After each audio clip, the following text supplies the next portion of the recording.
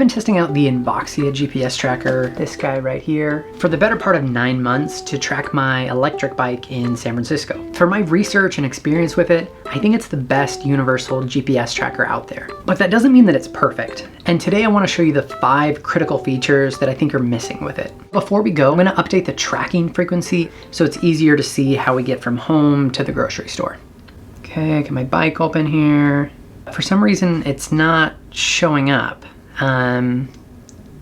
Missing feature number 1, settings over LTE. Invoxia lets you change a number of settings through the phone app. Unfortunately, none of these are accessible unless the tracker is connected to your phone over Bluetooth, which usually means you're within just 20 to 30 feet of your bike. I usually keep my tracker set to the least frequent tracking to maximize battery life.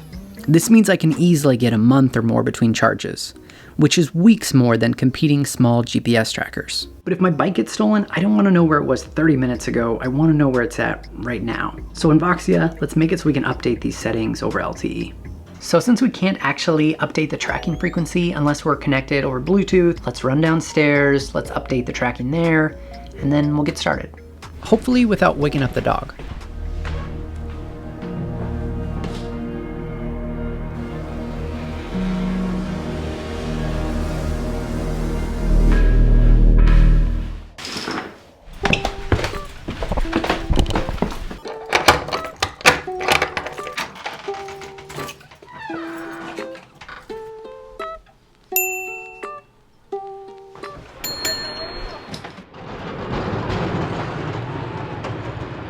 The next critical feature that I think is missing from the Invoxia GPS tracker is an active tracking mode.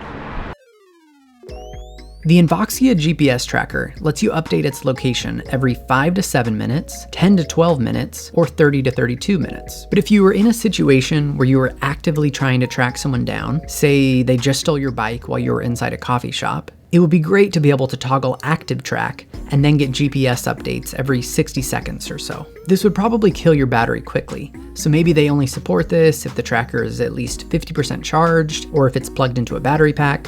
But I think there's a way to make this work and make it easier to get frequent updates for your bike. That was actually just acting. My bike is right there. All right, on to the next spot. The next thing I want to show you is my favorite bonus feature of the Invoxia GPS, tilt and movement detection. Basically, if the tracker has been idle, like when your bike is locked, and the tracker even slightly moves, you get notified. This is my favorite notification because I think there's a decent chance I could receive it even before a thief could get through a couple decent U-locks. Okay, so it's crazy loud in here and Trader Joe's is playing like really bad country music, but I'm gonna show you how this works. Okay, so first I put it on the kickstand, like that. Now the bike is actually stable. Then I'll actually lock it up. All I've got to do is just give it a little shake, and then I'm going to get a notification that's going to pop up on my iPhone. All right, here we go. It usually works. Give me just another shake.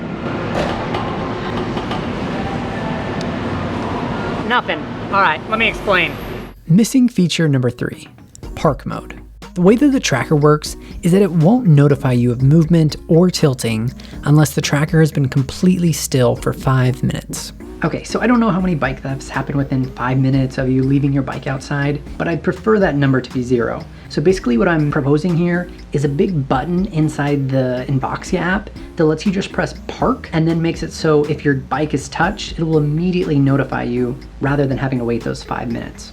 Of course, the tracker will actually only send its signal if it has access to GPS and LTE, which missing feature number 4, connection clarity. Right now, there's no way to know if your GPS tracker is connected to LTE and GPS. This seems obvious to me, but Invoxia really needs to add statuses for this inside the app. Knowing this is essential for safely leaving your bike, especially if you plan on using a parking garage where concrete is likely to soak up a lot of signal. Additionally, knowing the signal strength is equally important when you're trying to find good places to hide the tracker. Now, if you're wondering if the GPS tracker can actually recover a stolen bike, I want to know the exact same thing, and I'm actively trying to get a bike stolen here in San Francisco. I've got a bait bike set up that has both an Invoxia GPS tracker as well as 2 air tags hidden inside it. So I'm curious to know, A, how quickly the thieves can take apart the bike and how far they take it from my house. If you want to see that video, definitely subscribe.